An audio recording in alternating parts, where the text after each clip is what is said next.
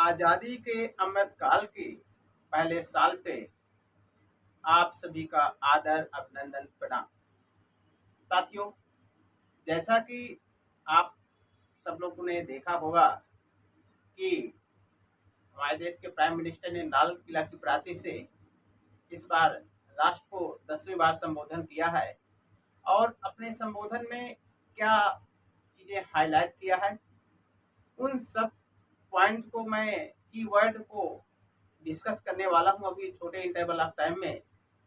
और इसमें ये बताऊंगा कि जो 10 ईयर का जो एक टेनर रहा है प्राइम मिनिस्टर जी का, तो कैसा रहा है, उसमें किन किन बातों को लेके अभी वो अपने पॉइंट पे स्टिक हैं और आने वाले टाइम पे क्या जो अमृतकाल की रूपरेखा है 2047 तक एक डेवलप इंडिया बनाने की, उसको किस तरह से देश की लाल किला की प्राचीर से दिशा दी है, इसको हम डिस्कस करने वाले।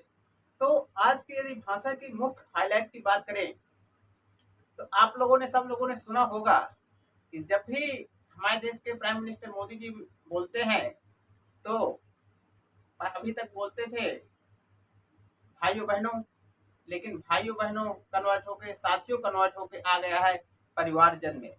मतलब कि हम लोगों के साथ एक परिवार की तरह बिहेव करेंगे और एक वसुधैव कुटुंबकम की भावना को लेकर आगे बढ़ने की जो इंडिया की जो एक प्राचीन काल से सिस्टम चला आ रहा है, उसी को आगे बढ़ाने के लिए परिवार जन का यूज किया गया है। और G20 की जो समिट है उसमें जो वसुधैव कुटुंबकम की थीम है, one sun one earth one family की जो थीम है, उसी को लेकर के परिवार जन को कह के संबोधित किया है। इसमें जैसे ही आपने देखा होगा कि दूसरा इन्होंने 3D की बात किया है। आप देखोगे कि 3D में क्या आता है कि डेमोग्राफी, डिविडेंड एंड डेमोक्रेसी। अब डेमोक्रेसी में है क्या कि लोकतंत्र में आप देखोगे कि इंडिया में जो सबसे ज्यादा डेमोग्राफी है, जो नवयुवक है वो है। दूसरा है डेमोक्रेसी और डिविडेंड जनसांख्यिकी लाभ जिसको बोलते हैं, उस चीज को लेके भी फोकस किया है। और आप देखोगे कि जो मेट्रो सिटी है, बहुत बड़ी शहर है दिल्ली, मुंबई, कोलकाता के अलावा टायर 2 और टायर 3 की जो सिटी है, उन पे ज्यादा फोकस हो रहा है गवर्नमेंट का उनको डेवलप करने पे। इस पॉइंट को भी जो हमारा स्मार्ट सिटी मिशन है 2015 से जो चला रहा है, उसको लेकर भी काफी फोकस किया गया है। और स्टार्टअप और स्टैंड अप इंडिया की जो स्कीम आई थी 2015 में, उसको लेकर भी इस बार कई सारे माइलस्टोन अचीव किए गए हैं, उनका भी उल्लेख किया गया है। यदि हम आगे बात करें तो रिफॉर्म परफॉर्म ट्रांसफॉर्म का जो स्लोगन था कि इंडिया में यदि आप देखोगे तो पहले जो 2014 से लेकर 2019 तक की जो 5 साल का टेंडर रहा है, उसमें हम चीजों ने बहुत सारे रिफॉर्म किए हैं। यदि आप 2014 की स्पीच को उठा के देखेंगे तो उनमें से ये बोला गया था कि मेक इन इंडिया आया था, नीति आयोग आया था और ये सब चीजें आई थी। उनमें से ये बात की गई थी कि हमारे जो फालतू के लाज हैं, जो नियम कानून है, उनको हटा करके हम एक सिंपल रिफॉर्म की कोशिश करेंगे। और इसके बाद जो 2020 से 19 से लेके अभी जो 23 तक का जो टाइम पीरियड है, इसमें हमने ट्रांसफॉर्म की बात किया गया है। क्योंकि ये कोरोना के बाद आप देखते हो कि जिस तरह से आज़ादी, जिस तरह से सेकंड वर्ल्ड वॉर के बाद एक न्यू वर्ल्ड ऑर्डर आया था, इसी तरह कोरोना टाइम के बाद, कोरोना के पीरियड के बाद एक न्यू वर्ल्ड ऑर्डर आया है, जिसमें हमने परफॉर्म अच्छा किया है। देश की नज़रों में इंडिया की एक अच्छी वैक्सीन की पहल हो, या इन सब चीज़ों को लेकर के बहुत ही प्रशंसा हुई है। जैसे मेक इन इंडिया आया था, तो मेक फॉरवर्ड की जो बात की गई है, तो इंडिया की जो वैक्सीन थी, वो लोगों की तीनों वैक्सीन है जो दूसरे कंट्री को लिए सप्लाई किया है। इसका मतलब क्या है, इंडिया ने परफॉर्म किया है। ट्रांसफॉर्म का मतलब क्या है यहाँ पे कि हम एक आने वाले टाइम पे जो 5 साल में है, जो 2047 की है, जो पंच प्राण के तहत पिछले साल लाल किला की प्राचीर से बोला था, तो उसी को लेके हम ट्रांसफॉर्म करेंगे आने वाले 5 साल में और एक माइल स्टोन अचीव करेंगे और एक्सीलेंस को गेट करने के लिए। साथियों, इसके अलावा सेल्फ हेल्प ग्रुप, महिला सशक्तिकरण, वुमेन एम्पावरमेंट की बात करते हैं, तो वुमेन एम्पावरमेंट में यदि आपको देखोगे तो इसमें से सबसे ज्यादा जो स्पीच में आया है सेल्फ हेल्प ग्रुप के लिए जो फंडिंग है उसमें से 2 लाख या 2 करोड़ लखपति दीदी का यूज किया जाएगा, जिसमें महिलाओं का ज्यादा रोल रहता है कि छोटे छोटे समूह में क्लस्टर में बना करके जो एक अपने एक स्वयं सहायता ग्रुप बनाते हैं। फाइनेंशियल इंक्लूजन का जो एक अचीवमेंट है जो $5 ट्रिलियन का, उसमें सेल्फ हेल्प ग्रुप की भी बात की गई है। G20 की बात करें तो G20 की समिट इस साल मिली हुई है इंडिया को, और चाहे इस साल 2023 है वो माइल स्टोन है, चाहे मिलेट्स का हो चाहे मोटे अनाज की बात करें उसका भी ईयर है, और G20 की भी है। यदि G20 की थीम की बात करें तो G20 की थीम में जो लोगो है उसमें से जो लोटस टेम्पल है, तो बहुत सारे लोग कहते हैं कि बीजेपी की जो पार्टी है अपने सिंबल का यूज करने के लिए लोटस का यूज किया गया है, लेकिन ऐसा नहीं है। वहाँ पे जो लोटस है, लोटस की जो अलग अलग जो लीव्स हैं, पत्तियां हैं, वो ये दिखाती हैं कि हम एक पत्ती की तरह हैं जो सबको एक साथ लेके चलने वाले हैं।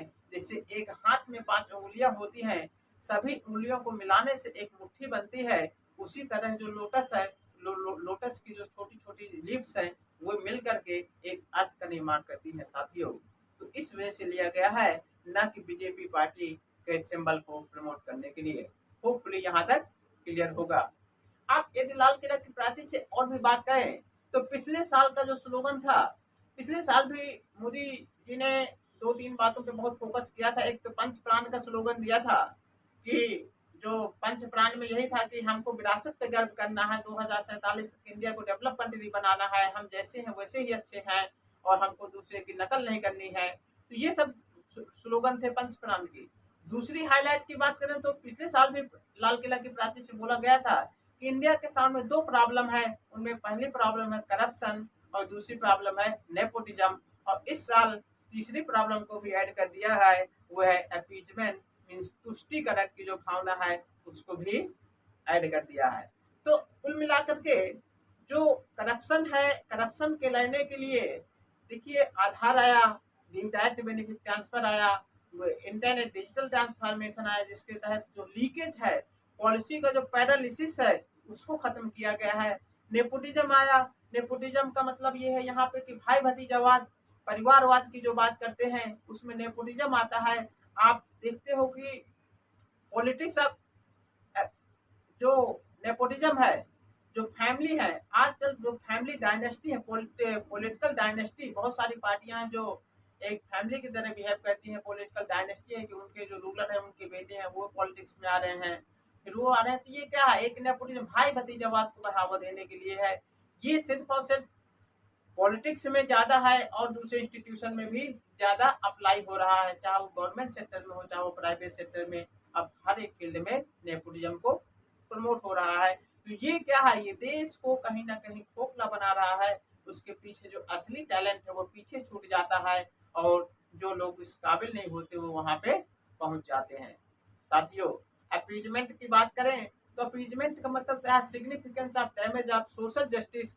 तो जो भेदभाव की भावना है उसकी वजह से जो हमारा जो पॉलिटिक्स है, पॉलिटिक्स ऑफ अपीजमेंट, यही है कि जो significant of damage of social justice, और जो सोशल जस्टिस है, जो सामाजिक न्याय की भावना है, जो प्रेम्बल ने दिया गया था, प्रेम्बल जो आया है संविधान का, उसमें भी सोशल जस्टिस की बात की गई है।